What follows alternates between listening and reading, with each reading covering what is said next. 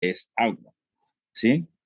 Si el hombre pesa 70 kilogramos, entonces ¿cuántos litros tiene de agua?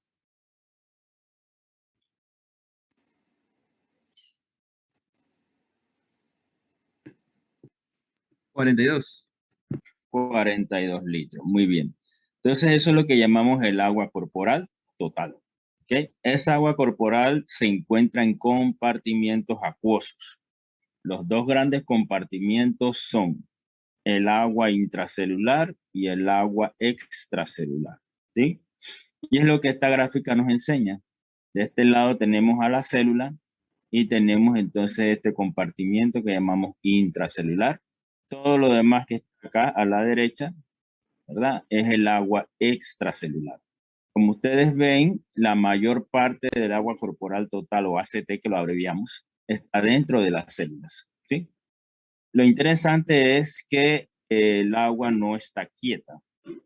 Hay lo que se conoce como un equilibrio dinámico, ¿sí? Ustedes ven aquí entre la célula y el fluido intersticial que hay una doble flecha. La célula pierde agua, pero también gana agua. Y eso se mantiene en equilibrio. El problema viene cuando hay desequilibrio. Es decir, que la célula gane mucha agua o la célula pierda mucha agua. Entonces, ¿qué pasa? En el ser humano existen diferentes mecanismos que mantienen tanto el volumen como la concentración de ese fluido que está alrededor de las células, lo que llamamos el líquido intersticial o el líquido extracelular, ¿sí?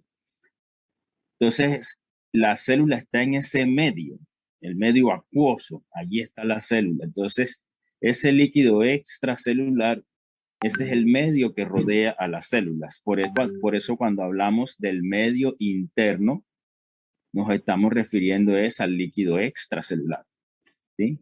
Ese extracelular a su vez se subdivide en varios compartimientos. Además del intersticial, que es el que está rodeando a las células, tenemos otro líquido que está en compartimientos, que está cerrado en esos compartimientos. Por ejemplo, el intravascular, que está aquí, dentro de los vasos sanguíneos. Fíjense que ahí dice plasma, ¿sí? Nosotros podemos llamar que la sangre es un fluido, sin embargo, la sangre no es H2O.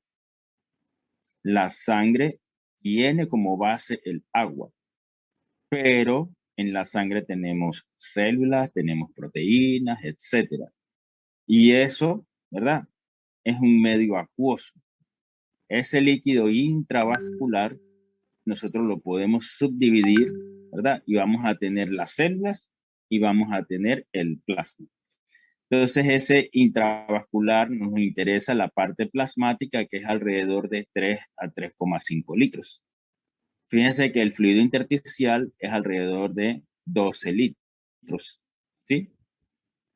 Entonces, todo esto se encuentra en equilibrio. Fíjense que aquí también tenemos una doble flecha, que significa que de aquí del intravascular pasa agua al espacio extracelular o al líquido intersticial.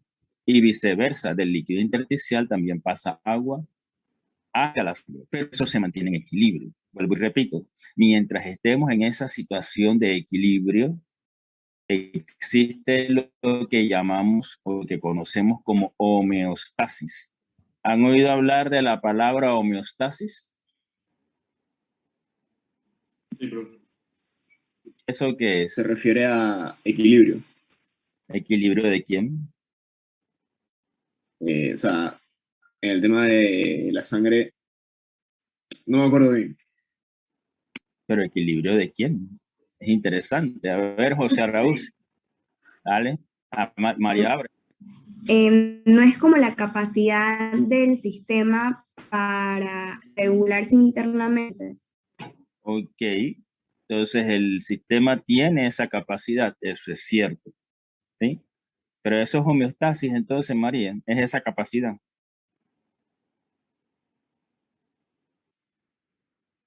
¿Sí o no? Sí. Ok, para María así es.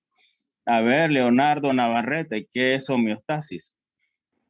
Bueno, yo diría que homeostasis es un equilibrio que tiene el cuerpo en todas sus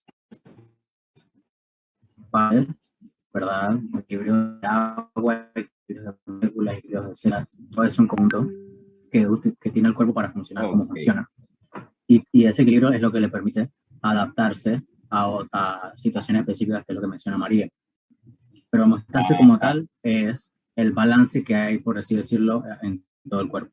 bien.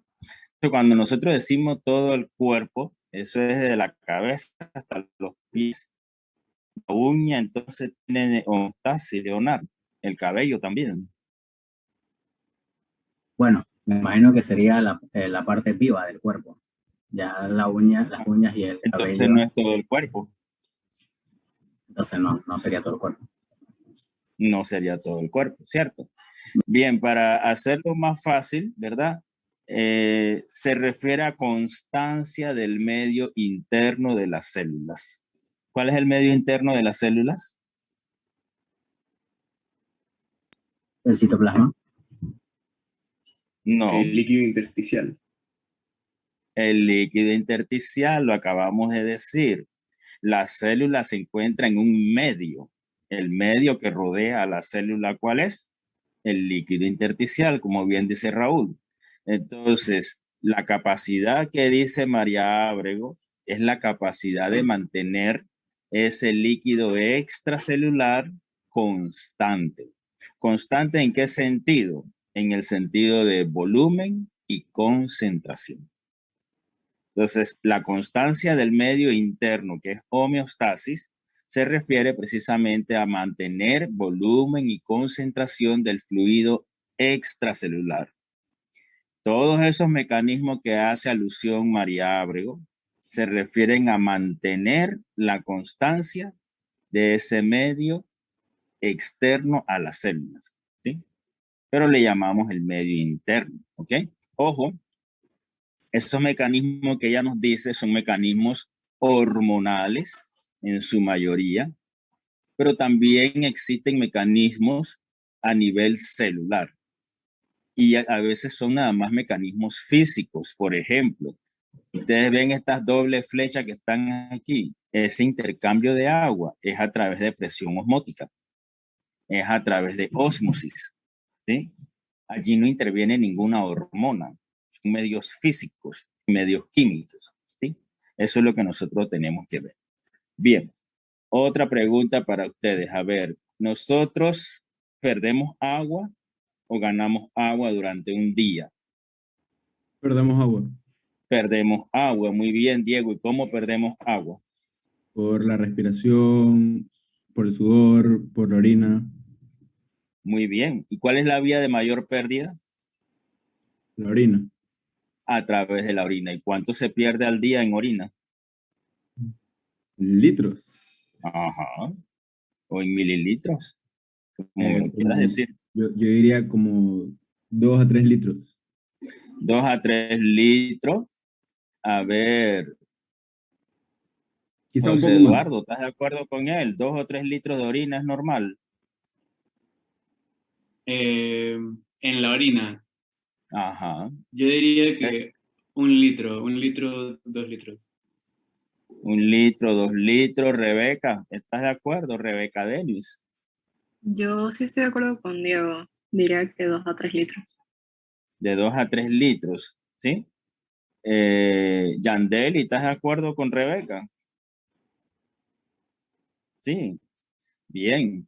Eso que están diciendo de 3 litros está un poquito aumentado, ¿sí? Ustedes se han Bueno, puesto cuánto eliminan en un día. o sea, yo diría también que depende de la cantidad de agua que se toma, porque hay días en los que uno toma bastante agua que también orina bastante, y otros que tomas agua normal y también, o sea, sí podrías orinar menos. O sea, yo digo que también depende bastante de cuánto se consume en agua. Ok. Si tú estás en un día caluroso, ¿verdad? Y estás sudando bastante, te va a dar bastante sed. Sí, Sí, ¿verdad? Vas a tomar bastante agua sí, y entonces vas a eliminar mucha orina. un poco menos por el sudor también consume esa agua. O sea, yo digo que depende también de varias variables. Entonces, Claro, entonces no siempre que tomas mucha agua vas a eliminar mucha orina. Porque si tú estás perdiendo mucho por sudoración, ¿sí? Cuando tú tomas, estás compensando esa pérdida por sudoración, ¿cierto? sí, Así que el caso ese, tu volumen urinario, como bien lo dices, no va a estar muy elevado. Pero si tú no has sudado nada, ¿verdad? Estás tranquilo en tu casa viendo televisión y tienes hasta aire acondicionado y toda la cosa, sentado viendo tu televisión y te tomas 1 litro de agua fría, vas a orinar bastante. sí, Claro que sí, ¿verdad? ¿Por qué? Porque no has tenido muchas pérdidas, pero tu ingreso ha aumentado bastante. Entonces, la medida de la concentración de esa orina, el volumen urinario de esa orina, clínicamente es importante. También es importante si la sangre nuestra va a estar más concentrada o menos concentrada. Entonces, debe haber un balance entre las ganancias de agua y las pérdidas de agua. Eso es lo que nosotros llamamos balance hídrico, ¿sí? Si ustedes se fijan en la lámina, ahí están los números. A través de los riñones nos dice de 0,6 a 1,5 litros, que es el volumen urinario, ¿ok? En cuanto a la respiración, nos dice que es de 300 a 400 mililitros. Estamos hablando en un periodo de 24 horas. Y a través de la sudoración de 200 mililitros hasta 1 litro. Eso va a depender obviamente de la temperatura de nuestra actividad física. Y por último, en las heces también se pierde algo de agua en condiciones normales. ¿Sí? Eso es importante para ustedes. La pérdida a nivel del sistema digestivo es tremendamente importante a nivel clínico. ¿Por qué? Porque existen los procesos diarreicos. Y si la diarrea es persistente por cierta cantidad de días, ¿verdad? Se va a eliminar una diarrea muy acuosa y vas a perder mucha agua y muchos electrolitos. Y eso te puede dar un shock hipovolémico. Se te baja la presión y todo aquello, también pierdes el potasio, ya sabemos la parte de la excitabilidad, cómo está la electricidad en la membrana con la hipocalemia, y encima de eso estás deshidratado. Y si no te atiendes, eso se transforma en una urgencia que si no es tratado, puedes fallecer y la gente se muere por deshidratación, ¿sí? Entonces es importante mantener en mente ese equilibrio, ¿sí? Entonces, ¿qué es lo que nosotros vamos a ver? Bueno, nosotros vamos a ver todo esto que está aquí en pantalla, ¿verdad? Sección por sección y viendo entonces dónde se aplican las leyes de la física en cada uno de estos procesos. Entonces, lo primero es lo primero, que es un fluido. A ver, Ana Montesa, ¿qué entiendes tú por fluido? Ana, Eh, bueno, yo lo veo como, lo quiere como la parte química, no sé lo que tú entiendes por fluido. como una sustancia que tiene un volumen, tal vez. Es una sustancia que tiene un volumen, ¿sí? Entonces, el volumen de aire es un fluido. Ana Montesa, Yo creo que los gases también son fluidos. claro que sí. ¿Qué otro ejemplo de fluido me puedes dar en el cuerpo humano? La sangre, La sangre también es un fluido. Después vamos a ver que la sangre es un fluido especial. Primero que la sangre va a viajar en un circuito cerrado. Nuestro sistema circulatorio es lo que llamamos un circuito cerrado. Es ese que tienen aquí en pantalla. Tradicionalmente pintamos de rojo en la parte arterial y de azul la parte venosa. Y ese movimiento que se va a dar del fluido va a tener su origen a nivel cardíaco. La bomba, que es el corazón, ¿verdad? vamos a tener especialmente los ventrículos. ¿Se acuerdan de allá del EKG cuando tenemos el QRS? ¿O no? Sí, profe. Sí, profe. ¿Qué es el QRS? La onda de la sístole del corazón. La onda de sístole. Pero si ese QRS segmento. Es un segmento, el QRS. Ay, ay, ay. Ay, ya me enredé. Espérese. Profe, es una Es un onda complejo. que Es un simboliza la- Ajá, complejo. complejo. Muy bien, es un complejo. ¿Y ese complejo qué ondas incluye? La Q, la R, La la S. R y la S. Bien. ¿Hay algún segmento ahí metido?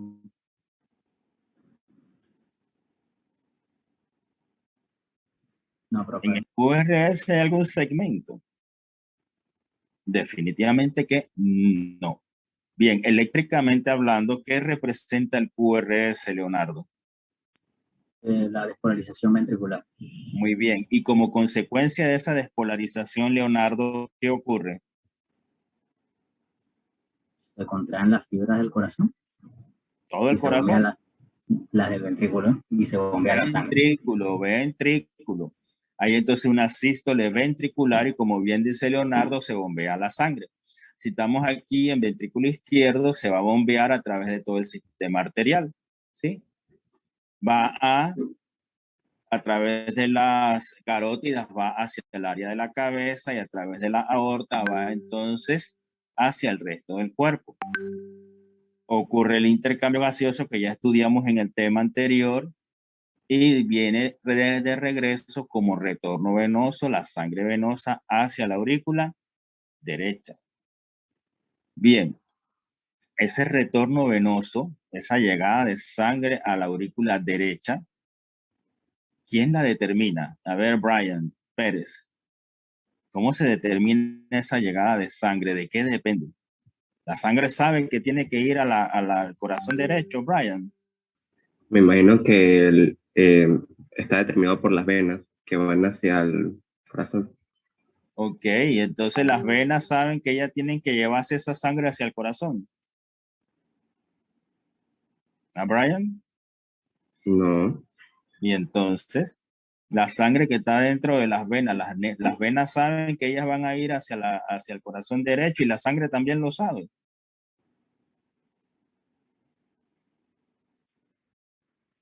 No, ¿verdad? Entonces, cómo es que esa sangre va hacia el corazón derecho y no se regresa? A ver, Diego. Yo digo que es porque es como hay un flujo ahí que va hacia allá. Como Ok, si fuera un gradiente. ¿por qué ese flujo va hacia allá y no va hacia acá? Yo también pienso yo que al contraer ese ventrículo manda la sangre que ya está en el ventrículo derecho a los pulmones y como la aurícula esa también queda vacía. Te fuiste. Nosotros estamos hablando de la llegada de la sangre a No, la sí, aurícula derecha. sí, Así por que en eso. ese pedacito primero, no te Pero vayas todavía al pulmón. siento que al salir la sangre del corazón, la sangre se genera una presión negativa que hace que la sangre quiera ir hacia, o sea, el Ella gradiente no quiere vaya. a nadie, Diego. Tú eres el único que quieres a tu mamá y a tu papá. Ella no quiere a nadie, ella no quiere ir. Bueno, pero se genera un flujo, pues, que va hacia el ¿Cómo se corazón. genera ese flujo, Diego? Tú tienes la idea, dale.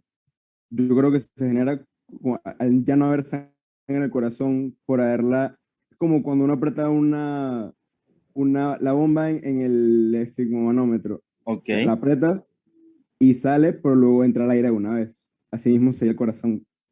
Entonces allí en la Sale la circulación sangre, entra pero aire. entra. No, estoy comparando el aire con la sangre.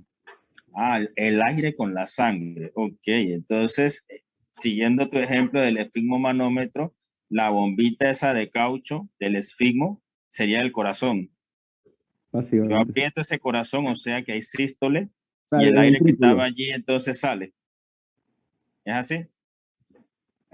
Sería el ventrículo, lo aprieta, la sangre sale y luego tiene que entrar más sangre. O Ok, haría como la función de una bomba, cualquier tipo de bomba. estoy de acuerdo contigo, Diego, pero esto es a nivel de los ventrículos. Mi pregunta era esta, Diego. La sangre que viene por aquí, por las venas, ¿cómo ella sabe que debe ir a la aurícula derecha?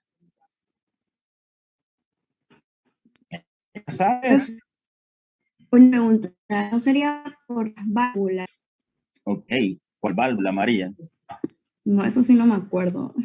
Ella no se acuerda. A ver, otro que tenga idea. ¿Cómo la sangre llega entonces de las venas a la aurícula derecha? Ese es el problema.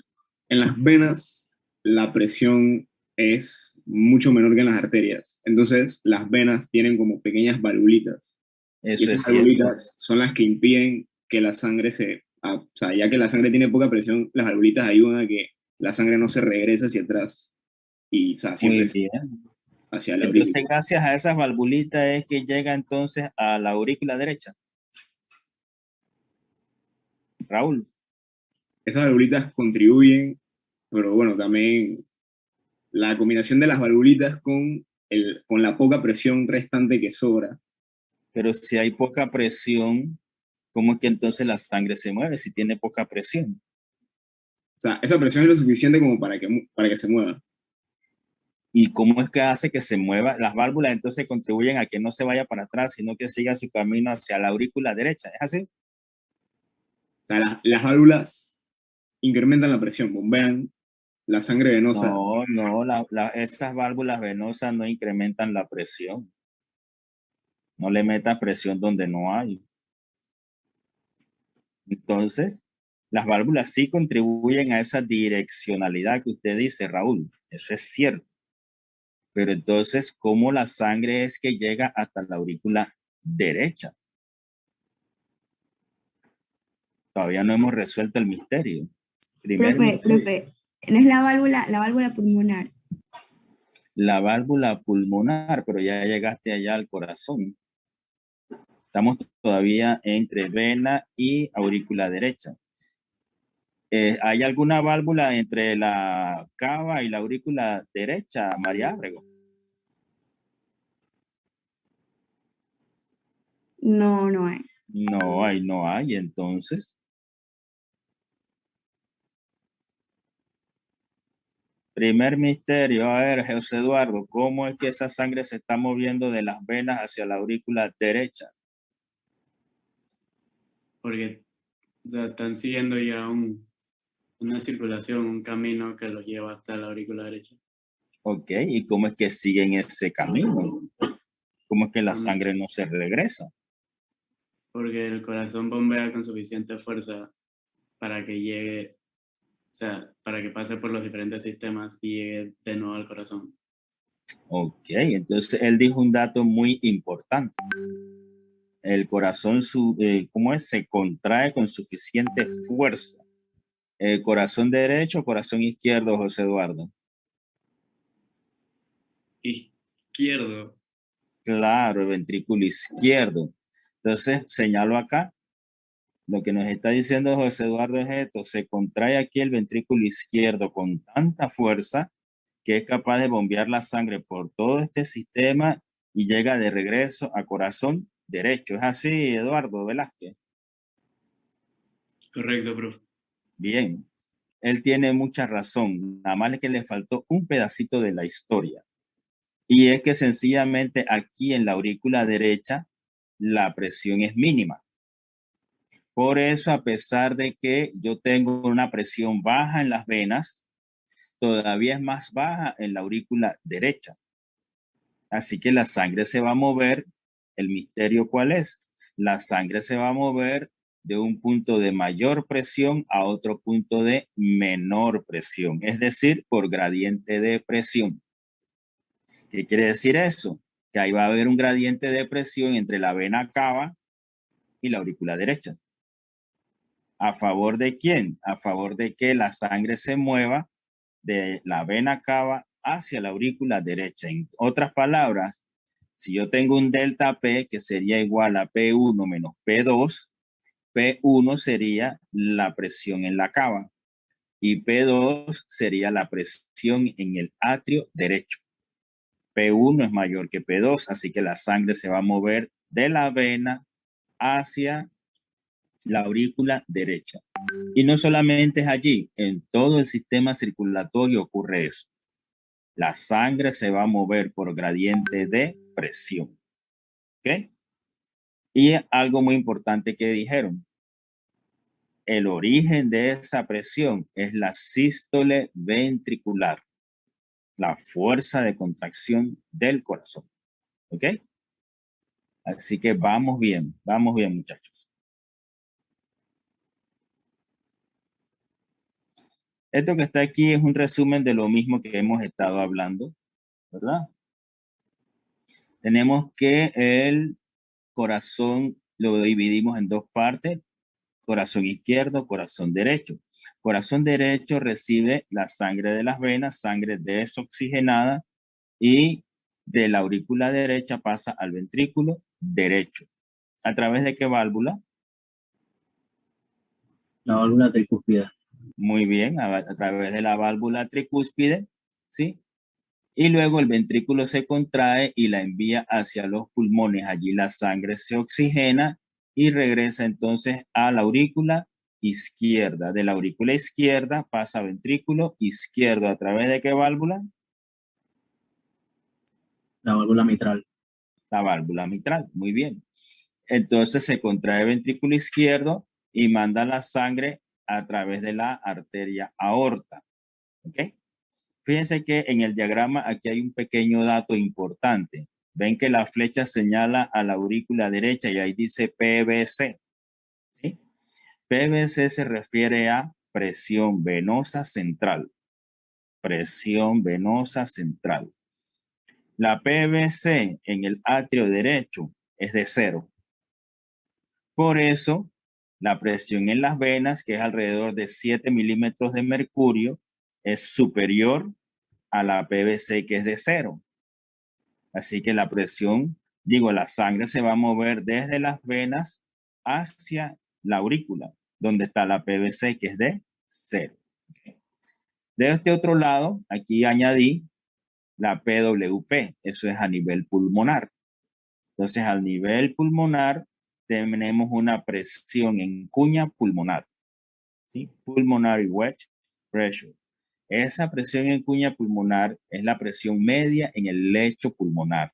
¿Qué es un lecho? Es una área del cuerpo humano que está servida por cierta cantidad de vasos sanguíneos.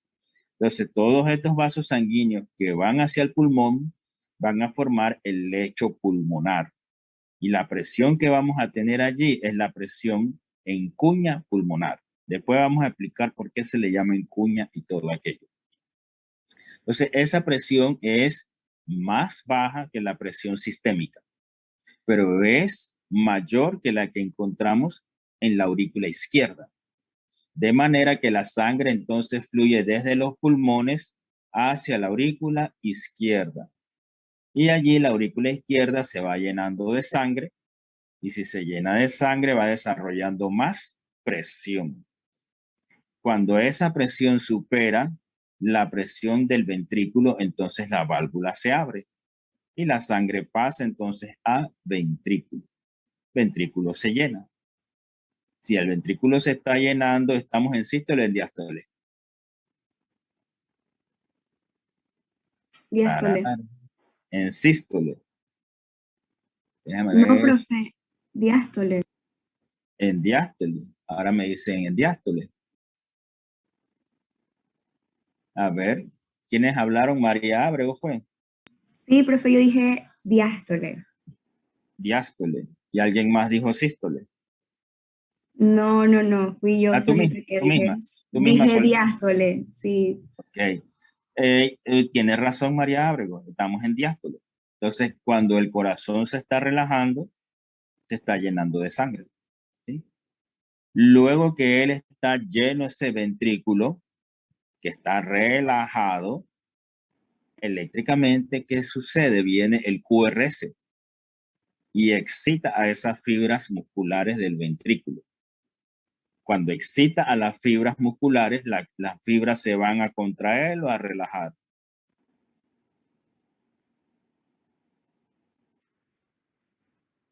¿Aló? Se contraen. Se contraen. Entonces tenemos la sístole ventricular, la acción de bombeo. ¿Ok? Y eso se va a repetir mientras estemos vivos. ¿Ok? Bien, aquí tenemos algo parecido a lo que acabamos de describir, pero ahora con números, ¿verdad?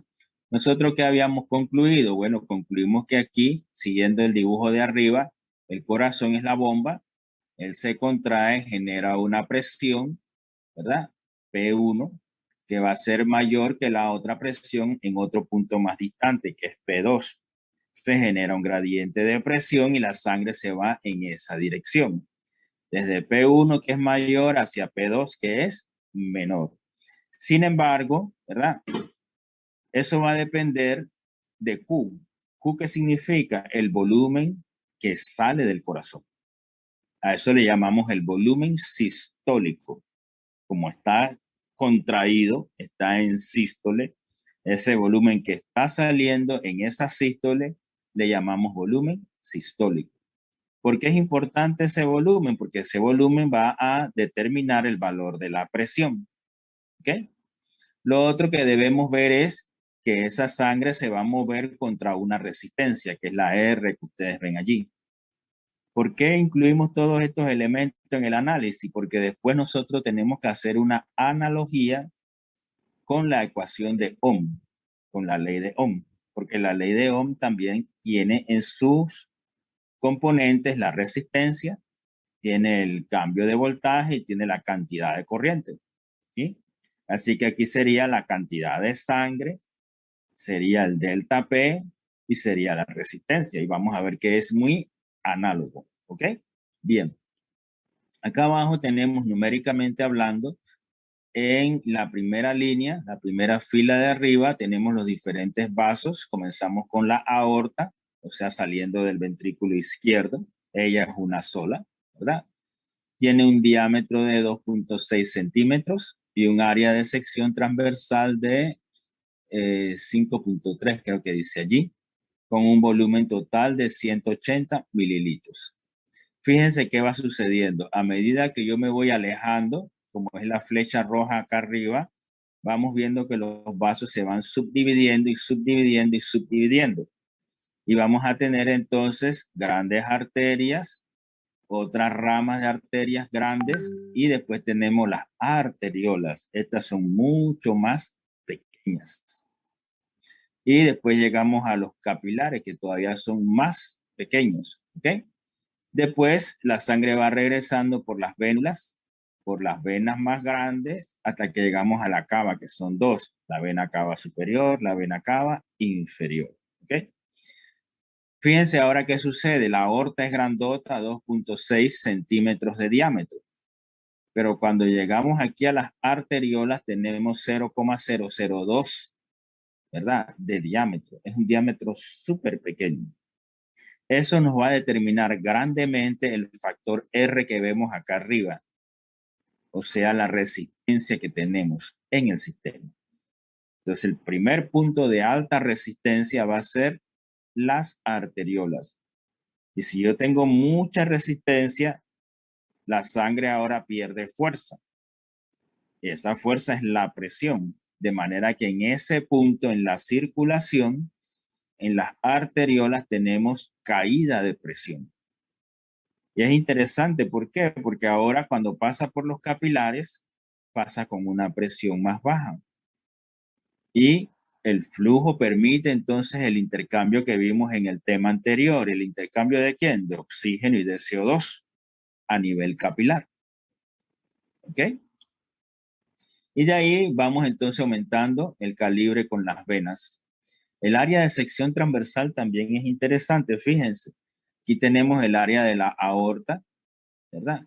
Y esa área va aumentando a medida que los vasos van disminuyendo en calibre.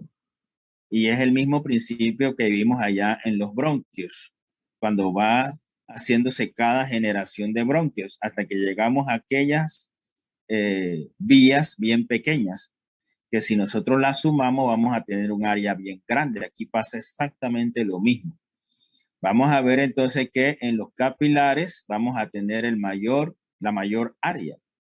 Y vuelvo y repito, es un área de intercambio. Tenemos un área grandísima para intercambio de oxígeno y CO2. ¿Ok? Y por último, el volumen, que sucede también algo Interesante. Aquí tenemos a la aorta con 180. Vamos aumentando con las venas, pero fíjense que después va a pasar, digo, con las arterias, y vamos a ver que con las arteriolas el volumen cae. ¿Y por qué cae entonces el volumen en las arteriolas? Ya lo dijimos.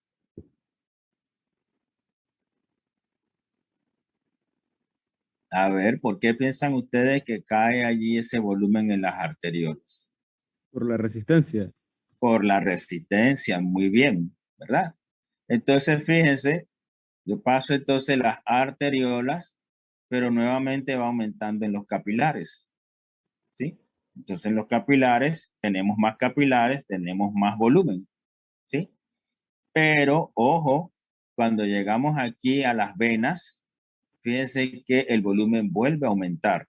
Ahora tenemos 1150 allí en las venas. ¿Y por qué el volumen aumenta en las venas? ¿Qué piensan ustedes? A ver, José Batista, ¿qué piensa usted? No sabría decirme, profe, estoy tratando de analizar. Ok, a ver, Abdiel Morcillo, ¿por qué tenemos ese aumento de volumen en las venas? ¿Será porque hay menos resistencia? Muy bien, ¿y por qué hay menos resistencia? Piense. Pero eso es algo, es porque las paredes de las venas, las paredes de las venas son diferentes a las de las arterias. No recuerdo exactamente en qué. Correcto, tienes toda la razón. ¿Y cuál es esa diferencia? A ver si lo buscas allá en tu memoria.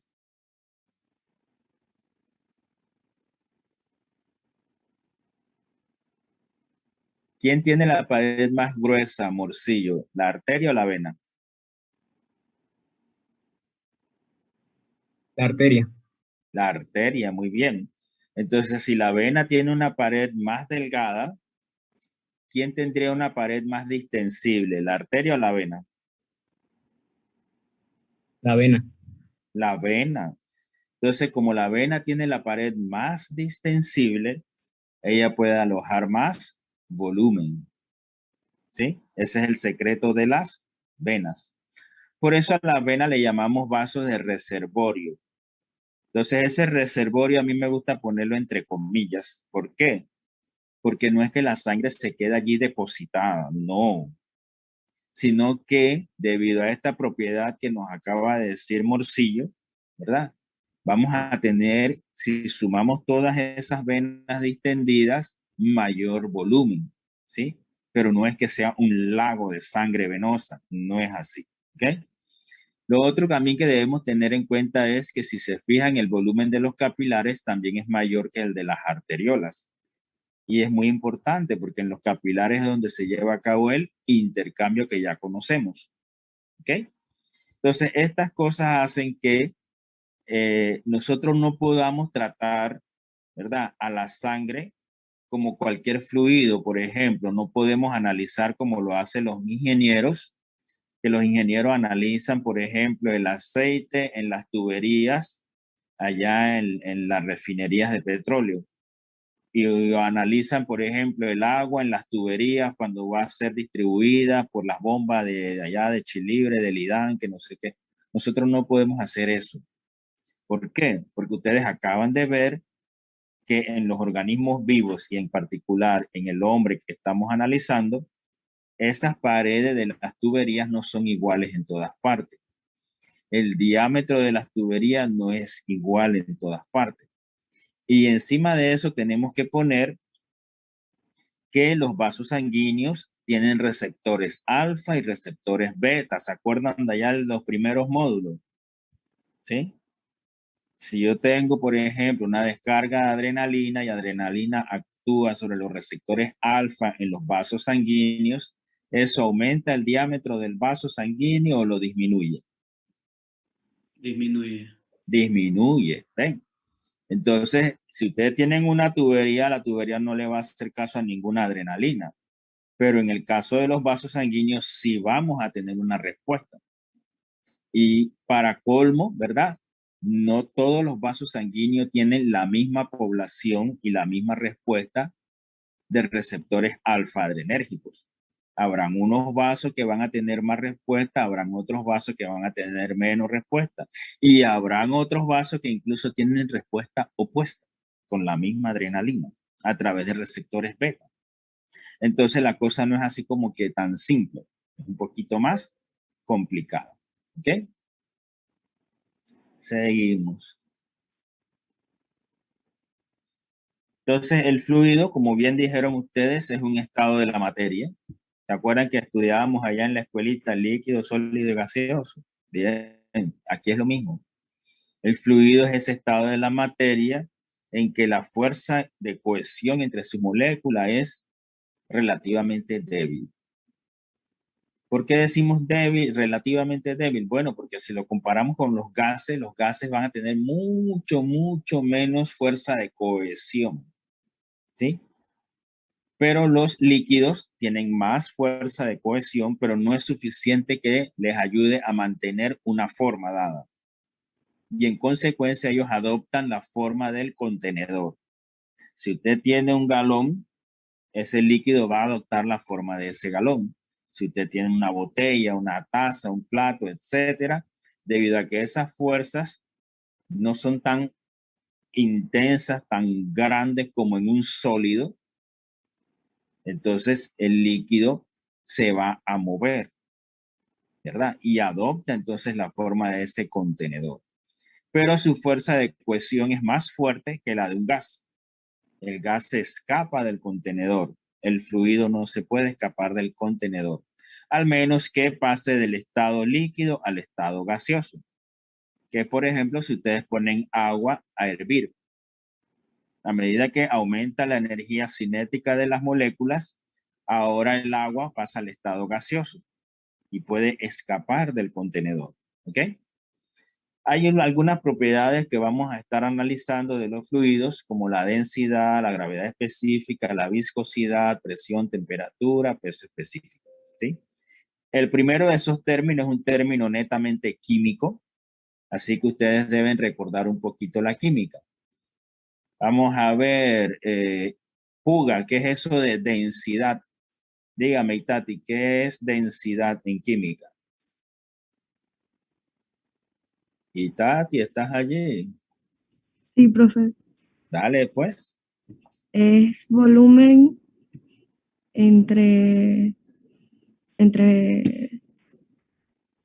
más entre volumen.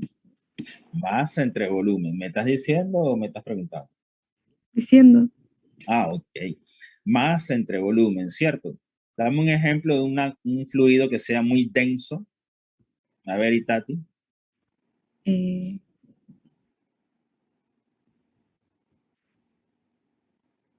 No sé, profe. No sabes ningún fluido denso. A ver, María Bordanea. María. El agua. El agua, ¿ustedes están de acuerdo con María que el agua es muy densa? No, el aceite, el aceite. El aceite. Así con doble, ¿no? El aceite, sí. Aceite al cuadrado, María Bordanea. ¿Por qué me dices que el aceite, María Bordanea? Si yo pongo aceite con agua, ¿el aceite se queda arriba o se va al fondo? María Bordanea. Ah, se queda arriba. No, se va al fondo. Se va... No. Por fin, ¿se queda arriba o se va al fondo? O sea, se queda arriba. María, ¿y si se queda arriba, es más denso o menos denso? Sería menos denso. Sería menos denso. Entonces, el agua, si la comparas con el aceite, el agua es más densa, ¿cierto? Sí. Entonces, si a esa misma agua, María Bordanea, tú le echas miel de abeja, ¿qué sucede? ¿Se queda flotando también la miel? No, la miel sería más densa. Se va entonces hacia el fondo, hacia abajo. Hacia el fondo, ¿cierto? Bien, entonces, como bien dijeron, es una relación de masa entre volumen, ¿ok? Que es la que tenemos que analizar. Aquí la tenemos en amarillo, masa entre volumen, ¿sí? Nosotros no vamos a estudiar la densidad de todos los líquidos del cuerpo, eso es mentira. Nosotros nos vamos a dedicar a estudiar, por ejemplo, que hay densidad en la sangre, porque la sangre es un fluido que nos interesa mucho. Sin embargo, en la clínica no podemos utilizar densidad de la sangre como un parámetro clínico, ¿ok? Ojo, tenemos que usar otra variable y esa variable se conoce como hematocrito. El hematocrito nos puede dar a nosotros una idea de qué tan densa está la sangre, ¿ok? Ahora vamos a hablar de eso. Y hay otro líquido que nosotros sí lo vamos a estudiar, ¿verdad? Con la densidad, y ese es la orina. Entonces, la orina es un fluido importante desde el punto de vista clínico. Conociendo algunos parámetros urinarios, ustedes deben ser capaces de, por ejemplo, saber si el paciente tiene un volumen urinario elevado producto de una diuresis osmótica. Y eso tienen que relacionarlo con otras cosas en la clínica, por ejemplo, que el paciente tenga historia de una diabetes mellitus.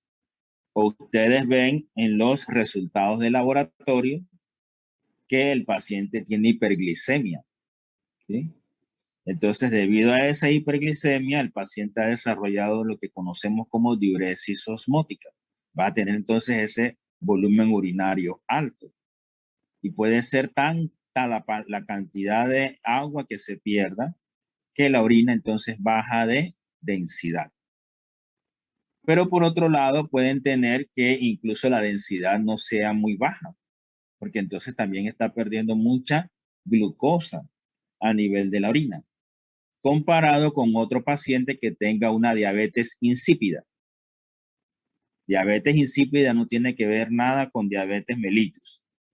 Diabetes mellitus se trata de un problema de insulina. Diabetes insípida se trata de un problema de la hormona antidiurética. Son dos cosas diferentes. El que tiene la diabetes insípida definitivamente va a tener una densidad urinaria baja, ¿sí? Y ese no tiene glucosuria, ¿ok? Bien, entonces es importante medir esa densidad en la orina. Entonces, hay un aparatito que lo conocemos como densímetro. Y ahí ustedes pueden leer directamente la densidad de la orina. Después vamos a hablar más de eso, ¿ok? Hay otros fluidos que nos interesan conocer su densidad. Ya hablamos del agua. El agua tiene una densidad de 1 gramo por mililitro, ¿ok? O 1 gramo por cc. Esto dependiendo de las unidades que uno use. Si lo vamos a expresar en kilogramos por metro cúbico, serían 1000 kilogramos por metro cúbico. Esa es una medida muy grande. Así que nosotros generalmente vamos a encontrar que se refiere a una densidad de 1. Y nos sirve de patrón incluso para muchas cosas.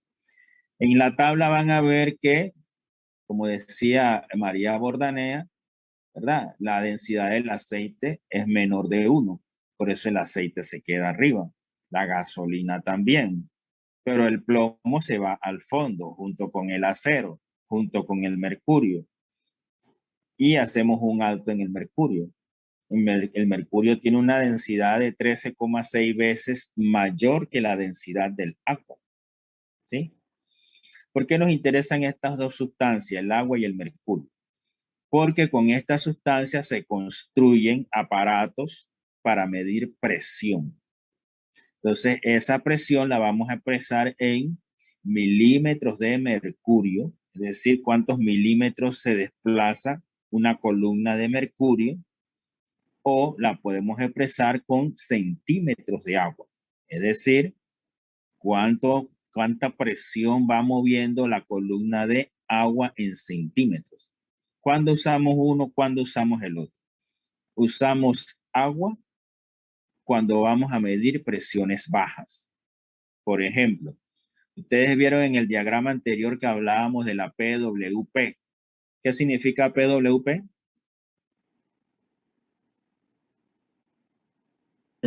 Presión de cuña pulmonar. Presión en cuña pulmonar, muy bien. Entonces, esa presión en cuña pulmonar, esa es una presión baja. Así que esa ustedes la van a medir entonces con centímetros de agua. ¿Sí? Pero cuando vamos, por ejemplo, a la presión arterial, que es la que ustedes le van a tomar a sus pacientes, ¿verdad?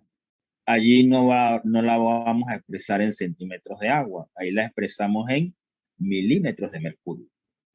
Entonces usamos el mercurio porque como la presión arterial es bastante alta, entonces no podemos tener una columna de agua, porque si no el aparato, imagínense la altura que tuviera. Sería una altura de 2, 3 metros y ¿qué médico va a estar cargando ese aparato por todas partes? Eso no se puede hacer. Y entonces se utiliza una sustancia que es mucho más densa que el agua. De manera que a pesar de que la presión en la arteria es alta, la presión arterial entonces va a desplazar esa columna de mercurio milímetros. Y por eso hablamos de ese desplazamiento de milímetros de mercurio. Y lo usamos para medir presiones altas. ¿Ok? Preguntan la que quieran.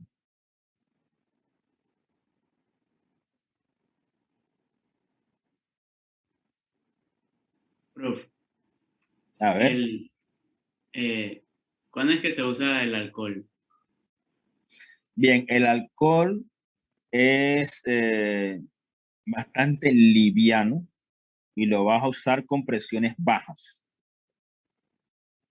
Generalmente se usa poco, no sé en qué contexto lo viste.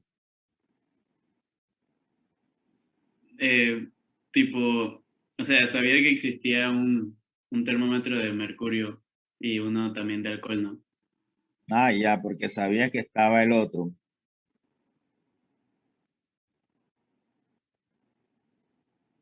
Ok. Bien, el otro parámetro que tenemos que analizar un poquito es la gravedad específica, ¿sí? La gravedad específica la vamos a encontrar que se determina en la orina, ¿ok? ¿Qué es eso de gravedad específica? Es sencillamente una relación de peso. El peso específico de una sustancia con relación al peso específico del agua, ¿sí? A veces se equipara con la densidad y sería entonces la densidad de la sustancia con una densidad estándar y la densidad estándar es la densidad del agua. No son exactamente lo mismo, pero se usan muchas veces como equivalente, ¿sí? Entonces esa medida del peso de una sustancia comparado con un volumen igual de agua es lo que llamamos gravedad específica, ¿sí? ¿Para qué sirve esto? Bueno, nosotros lo vamos a encontrar en la orina, junto con la densidad. Si ustedes tienen una orina muy concentrada, significa que tiene una gravedad específica alta, ¿ok? Lo contrario, si la orina está muy diluida, entonces la gravedad específica es baja. Entonces, esas diferencias de concentración y volumen urinario se van a relacionar con la parte clínica que ustedes tienen que manejar. La parte clínica es determinar el estado o el estatus del balance hídrico de su paciente. Entonces allí esa muestra de orina les va a informar del balance hídrico de ese paciente. ¿Ok? ¿Cómo la medimos? Bien, aquí a la izquierda tienen el urinómetro o densímetro, ¿verdad? Con ese ustedes pueden medir directamente la densidad. Básicamente, ¿qué es? Es un cilindro, como ustedes ven aquí, de vidrio y hay un émbolo que se introduce en él. El cilindro debe llenarse con aproximadamente unos 20 mililitros de orina. Se inserta el émbolo y se le da vueltas. Ustedes van a ver que en el émbolo, en la parte de arriba, hay unas rayitas allí. Esas rayitas van acompañadas de los números. Y entonces aquí donde se divide la fase aire líquido, ustedes pueden leer allí directamente el valor de densidad. ¿Ok? Por otro lado, tenemos el refractómetro. ¿Sí? El refractómetro, ustedes pueden poner entonces aquí sobre el prisma, levantan esta cubierta de plástico, ponen unas 3 gotas de orina sobre el prisma, luego lo cubren y por acá atrás, por este ocular, ustedes van a observar dentro del refractómetro. ¿Qué es lo que van a ver allí? Van a ver un campo oscuro así como este que está aquí. Y dentro de este campo oscuro van a ver escalas. Y esas escalas van a estar divididas en una parte sombreada y una parte más clara. Esa línea que divide, ¿verdad? Es donde nos permite a nosotros leer. Si usted puso orina, una muestra de orina, usted va a leer aquí en la columna que dice orina. SPG significa gravedad específica. O sea que podemos medir allí entonces la gravedad específica de esa muestra de orina. Según la opinión de ustedes, ¿cuánto de gravedad específica tendría en este caso que mostramos aquí en pantalla? ¿Cuál sería el valor? 1.035. 1.035, ¿cierto? Entonces, ¿qué hacemos con ese valor? Pues bueno, nosotros tenemos que saber si ese valor es normal o no es normal para una muestra de orina. Entonces tenemos que saber el rango de lo que se considera normal. El rango normal va de 1,003 a 1,030, ¿sí? Entonces,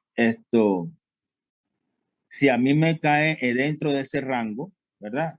Yo digo que entonces está normal.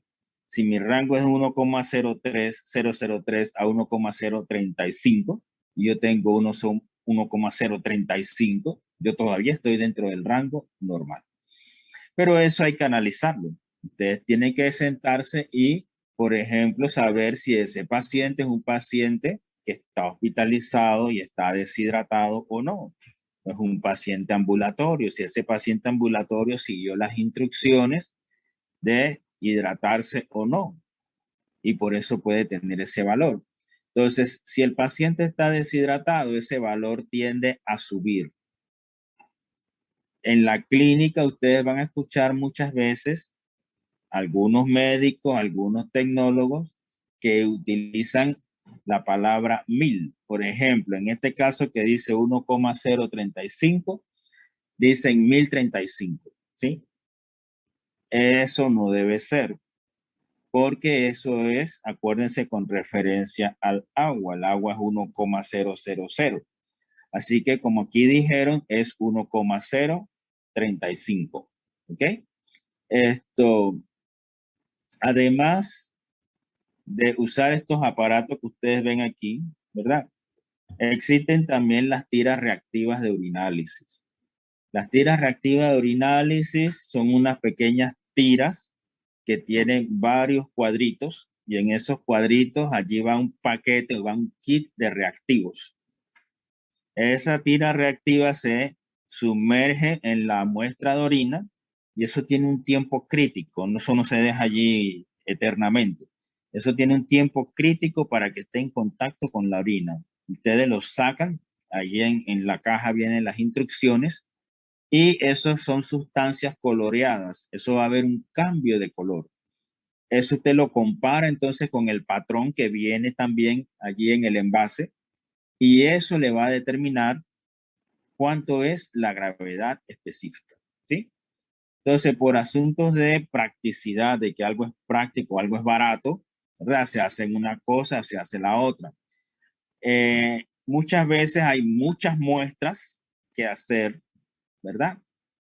Y el tecnólogo no tiene tiempo de usar todo esto que estamos diciendo y es mucho más práctico usar la tira reactiva porque a la vez puedes analizar otros 7, 8, 9, 10 parámetros, ¿sí? Así que las tiras reactivas se han vuelto de uso cotidiano. También por asuntos de costos. El refractómetro cuesta $600. Las tiras reactivas cuestan $50 y el envase trae como 50 tiras, ¿sí? El urinómetro realmente ya está casi en desuso, ¿sí? Allá en el laboratorio deben haber algunos que alguna vez se compraron hace 30, 40 años atrás y todavía están por allí. Pero el urinómetro tiene la ventaja de que es sumamente barato. Y fue la primera técnica que se desarrolló en realidad. La otra ventaja que tiene el refractómetro es que si usted, en vez de poner una muestra de orina, usted pone una muestra de suero, ¿verdad? Usted puede leer o puede saber, determinar el valor de las proteínas en esa muestra de suero. Entonces, cuando usted pone allí las gotitas de suero, hace el mismo procedimiento y mira por el ocular, usted va a ver este campo oscuro, pero en vez de leer en la columna de orina, usted lee en la columna de suero. ¿Qué valor aquí de suero tiene esa persona, esa muestra? 5. Tiene 5, ¿sí? Entonces tiene 5 gramos por decilitro. Entonces hay que saberse también los valores normales. Si a nosotros nos dicen, bueno, lo normal es tener 8 gramos de proteínas y tiene 5, ¿es normal? No. No, está disminuido. Entonces me está diciendo que puede ser un caso de hipoproteinemia. Y si hay hipoproteinemia, ¿se van a afectar los fluidos? Claro que sí. Así que nosotros tenemos que analizar aquí en este tema también, en un paciente con hipoproteinemia, cómo se afectaría la dinámica de sus fluidos. ¿Ok? Preguntan las que quieran. Profe, una pregunta. Si el paciente tiene alguna afección en la orina, tipo proteinuria, priuria, hematuria, todas esas, sería muy grande la diferencia en la gravedad específica de la orina. Bien, esa pregunta es muy buena. Si tú tienes otros solutos, ¿verdad? Esos solutos tienden a elevar la gravedad específica. Ahora, normalmente no hay proteínas en la orina, ¿sí? Si ya tienes un paciente que tiene proteinuria, entonces ya de salida es algo patológico, porque no es normal tener proteínas en la orina. Tú pudieras encontrar trazas en una orina de 24 horas, pero eso está en microgramos, ¿sí? Eso es muy pequeño.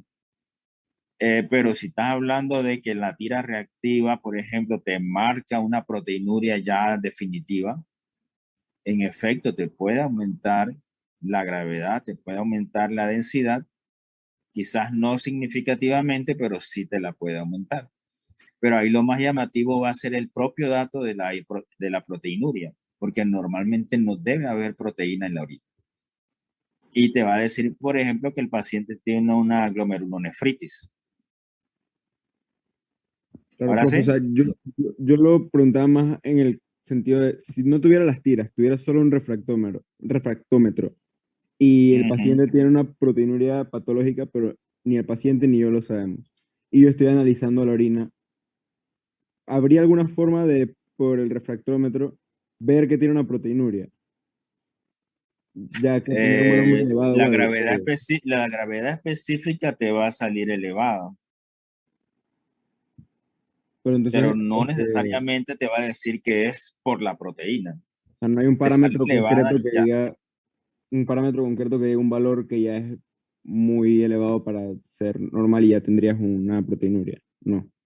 Claro, entonces tú tendrías que, el refractómetro no te va a decir quién aumentó la gravedad, ¿sí? Porque la gravedad específica puede estar aumentada con una deshidratación. Esa deshidratación puede ser secundaria a una diarrea o una enfermedad renal, pero el solo dato no te lo va a decir que sea proteinuria, nunca. Lo que tú tendrías que hacer es saber si con esa tira reactiva te marca proteínas en la orina. Y entonces sí lo puedes relacionar con el otro dato que tienes acá en el refractómetro. Oye, profe. Ok. ¿Otra pregunta? Prof, ¿se tiene que usar siempre el primer orine del día para hacer estas muestras? Generalmente se pide la primera muestra de la mañana, pero también existen diferentes versiones de acuerdo al objetivo. Hay orina de 24 horas. Hay otras orinas que se recogen durante infusión de medicamentos para saber, por ejemplo, la depuración de un medicamento en particular. Es raro a estas alturas, ¿por qué? Porque la mayoría de los medicamentos ya han sido estudiados cuando salen al mercado, porque una de las vías de eliminación de medicamentos es a través de la orina, ¿sí? Sin embargo, hay que saber la depuración. Entonces, existen incluso diferentes formas de ver la depuración de unas sustancias. Existen también diferentes terminologías para saber la tasa de filtración glomerular. Entonces, esos parámetros van a depender de varias cosas. Van a depender primero del objetivo. ¿Qué es lo que usted quiere estudiar? ¿Qué es lo que usted necesita saber de ese paciente o de esa muestra? Va a depender también de la técnica que está al alcance. Si usted está en un lugar donde no hay ninguna de estas técnicas y no hay más nada que un densímetro, eso es lo que hay. Pero si usted tiene, ¿verdad?, toda la tecnología moderna, usted puede analizar varias formas de depuración, varias formas de tasa de filtración y relacionarlo con otros parámetros. No sé si le contesté. Sí, profe. Ok. ¿Otra pregunta? Bien, si no hay preguntas, seguimos. La viscosidad. La viscosidad es otra propiedad que tenemos en los fluidos. Un fluido que decimos que es muy viscoso es que tiene cierta inercia, cierta resistencia a moverse, ¿verdad? Cierta resistencia a ser deformado. Entonces, puede estar influido por la temperatura, por ejemplo, ¿sí? Entonces, si usted tiene dos fluidos a la misma temperatura, vamos a decir temperatura ambiente, ¿verdad? Ya entonces se elimina ese factor temperatura en esa ecuación. ¿Por qué? Porque los dos fluidos están sometidos a la misma temperatura. Usted pone a los fluidos a moverse, va a ver que uno fluye rápidamente y va a ver el otro que fluye lentamente. Ese que fluye lentamente, ¿verdad?, es más viscoso. Tiene un coeficiente de fricción mayor, es decir, se adhiere más al recipiente, se adhiere más a la superficie. Pero también tiene otro componente, que al moverse más lentamente, las capas de fluido, porque los fluidos se mueven en capas o en láminas, las capas de fluido se mueven de una manera más ordenada. Si el otro fluido, que es muy poco viscoso, corrió rápido, se movió rápido, también tendrá mayor tendencia a generar lo que conocemos como un flujo turbulento. ¿Ok? Entonces, muchas veces va a depender, por ejemplo, de la cantidad de agua. Si hay más agua, yo voy a tener menos viscosidad. Si hay menos agua, voy a tener más viscosidad. Entonces, obviamente, las sustancias ya están hechas, la miel de abeja ya está hecha, el agua ya está hecha, esas sustancias existen. ¿Ok? Entonces, lo único que nos queda es medir esa viscosidad. Hay un aparato que mide esa viscosidad y cada sustancia ya ha sido, bueno, no cada, pero la mayoría de las sustancias que nos interesan ya ha sido estudiada y hay unos coeficientes de viscosidad para esas sustancias. Y esos coeficientes están expresados en masa por distancia por tiempo, es decir, la cantidad de masa que se mueve a cierta velocidad, con cierta cantidad de energía. Por eso también se puede expresar en dinas por centímetro por segundo, que es el famoso POAS, que es la unidad de viscosidad. Allá en el sistema internacional lo que tenemos es kilogramos por metro por segundo. ¿Ok? Aquí vemos algunos ejemplos de fluidos corporales en cuanto a viscosidad. Fíjense que la sangre es más viscosa, tenemos de 2 a 4, que el plasma y el suero. El plasma es de 2, el suero es un poquito menos. Ahora me dirán ustedes, ¿el suero y el plasma son lo mismo? No, No, ¿verdad? ¿Por qué no? ¿Cuál es la diferencia entre suero y plasma? creo que uno Uno es tiene con S, anticoagulantes. el otro es con P. A Creo que uno ver, tiene anticoagulantes, el suero. el suero tiene anticoagulante, ¿cómo es eso?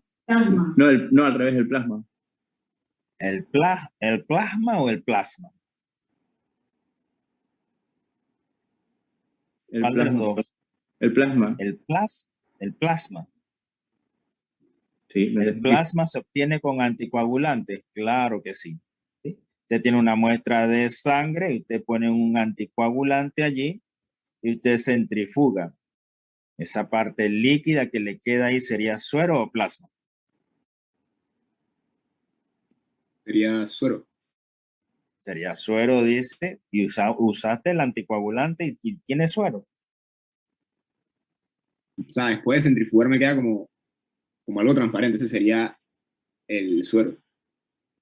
El suero, ¿los demás están de acuerdo?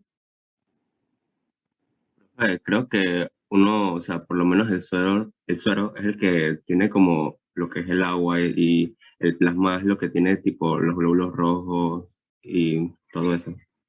No, mira que no es así. Es más Ah, parecido profe. a lo que dice Raúl, pero Raúl todavía le falta pulir un poquito más esa respuesta. Es como lo que Vamos dice a, Raúl, pero el plasma es el que tiene anticoagulantes y el suero es solo la parte líquida, después de una coagulación. ok, entonces tú tienes tu muestra de sangre. Si tú no usas anticoagulante, cuando centrifugas y separas la parte líquida, ese es el suero. ¿Es así? Sí, suero. Correcto. Bien, tiene razón.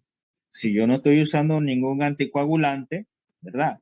La sangre procedió a coagularse por un proceso natural. Ese proceso incluye que hay proteínas que van a participar en ese proceso de coagulación. Por ejemplo, se activa el fibrinógeno, se convierte en fibrina, ¿sí? Entonces, cuando nosotros separamos por centrifugación, ese líquido que queda allí va a ser el suero. Por el contrario, si usted le pone anticoagulante a esa muestra de sangre, usted bloquea ese proceso de coagulación. Así que cuando usted separa, usted lo que va a tener allí es el plasma y esas proteínas no se han consumido en la coagulación. Así que, ¿cuál de los dos tendría mayor viscosidad? El plasma. El plasma porque Tampoco es una diferencia grandísima, ¿sí? ¿Y el plasma por qué? Iban a decir el plasma porque... Porque en él todavía se encuentran las proteínas de coagulación, sin usar. Claro, esas proteínas están allí, no se han activado, no se han consumido. Pero fíjense que la diferencia tampoco es muy grande. Ahí tenemos 1,7 a 2. Líquido cefalorraquídeo es otra historia. ¿Cómo ustedes comparan la densidad, la viscosidad del líquido cefalorraquídeo con la sangre? menos denso. Menos viscoso. Mucho menos denso, ¿cierto? Pero si lo comparas con la orina, Está ahí mismo con la orina. se parecen mucho, ¿cierto? Entonces, cada uno de estos líquidos de nuestro cuerpo va a tener su valor que en algunas condiciones puede cambiar, algunas condiciones de tipo patológico, ¿ok? Seguimos. Uno de los parámetros que nos ayuda a interpretar estas situaciones es lo que conocemos como el número de Débora. El número de Débora realmente es una relación temporal. Son dos tiempos, numerador y denominador. En el numerador vamos a tener el tiempo que una sustancia tiene para moverse, para relajarse, mientras que el denominador es el tiempo, ¿verdad?, que toma ese proceso de deformación de esa sustancia. ¿Ok? ¿Y cómo lo interpretamos? Bueno, si esa relación temporal es casi igual, o sea que nos da 1, alrededor de 1, decimos que esa sustancia es viscoelástica. Tiene característica de viscosidad y de elasticidad, las dos combinadas. ¿Existe en nuestro cuerpo? Sí. El mejor ejemplo que tenemos de material viscoelástico en el cuerpo humano es el ligamento periodontal. ¿Se acuerdan? Bueno, creo que lo vimos en biomecánica, sí. ¿Se acuerdan que en biomecánica hablábamos del tratamiento de ortodoncia? Y que ese tratamiento era exitoso porque el material donde están los dientes, esa sustancia, tiene esta característica viscoelástica. Y por eso las piezas dentales se pueden mover. ¿Por qué? Porque ese material tiene un tiempo de relajación. El tiempo o el proceso de deformación, la fuerza aplicada a la deformación la va a dar ¿quién? En los artefactos mecánicos que son puestos allí alrededor de los dientes. Ya, eso lleva por allí unos aparatitos que se le puede aumentar o disminuir la tensión sobre la pieza dental. ¿Ok? Si nos da mayor de 1 el número, decimos que el material es elástico. Y si nos da menos de 1, decimos que el material es viscoso. Si es viscoso, se comportaría más como un fluido del tipo newtoniano. ¿Ok? O sea que sigue las leyes de la mecánica de Newton. Y eso nos lleva, ¿verdad?, a lo siguiente. A dividir a los fluidos en dos grandes grupos, los fluidos ideales y los fluidos reales. Fluido ideal, su viscosidad es de 0. ¿Sí? Fluido real, son todos los que existen, son reales. Y eso lo subdividimos en los llamados newtonianos y los no newtonianos. Los newtonianos siguen una relación lineal entre dos variables. ¿Cuáles son esas dos variables? La fuerza del tensor, o sea, el tensor de esfuerzo, también le llaman la fuerza tangencial, ¿verdad? Y el tensor de velocidad de deformación. Entonces, ¿qué tan rápido se deforma y qué tanta fuerza se va a generar o se va a requerir ese esfuerzo?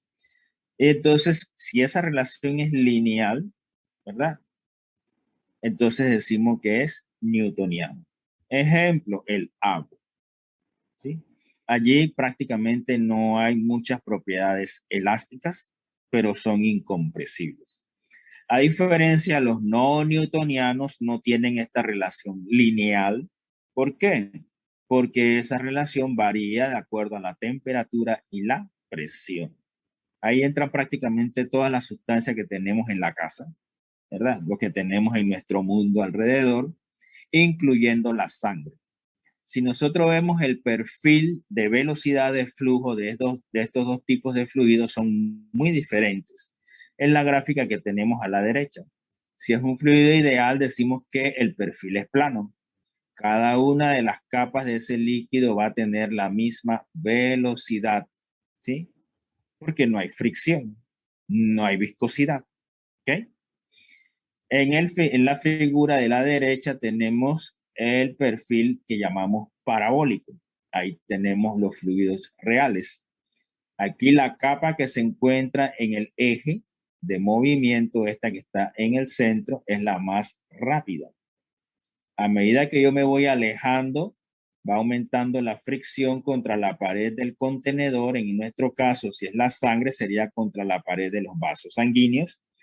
Y aumenta el coeficiente de fricción. Al aumentar el coeficiente de fricción, disminuye la velocidad de esa capa. Por eso ustedes ven aquí que la flecha es más pequeña. ¿Ok? Para tener más claro esa relación lineal, lo vemos aquí en esta gráfica. En esta gráfica tenemos un fluido newtoniano con las dos variables, la tensión tangencial en el eje de las Y y la tasa de deformación en el eje de las X. Aquí vimos que es, ¿verdad?, proporcional si es de tipo newtoniano, es una relación lineal. Y vemos el no newtoniano que no es una relación lineal. Aquí en la gráfica tenemos otras sustancias, otros estados, pero ahora mismo nos vamos a concentrar en newtonianos y no newtonianos. El fluido no newtoniano, entre esos entra la sangre. Entonces vamos a quedar hasta aquí, ya se nos acabó la hora. Entonces en la próxima clase vamos a analizar por qué la sangre es un fluido no newtoniano, sin embargo no cumple todos los requisitos de un fluido no newtoniano. Y vamos a ver por qué físicamente, biofísicamente, es especial. ¿Preguntan las que quieran antes de irnos? Profe, entonces el fluido ideal es como algo hipotético, no existe. Exactamente, ideal. ¿Otra pregunta? Bueno, si no hay pregunta, entonces seguimos el martes.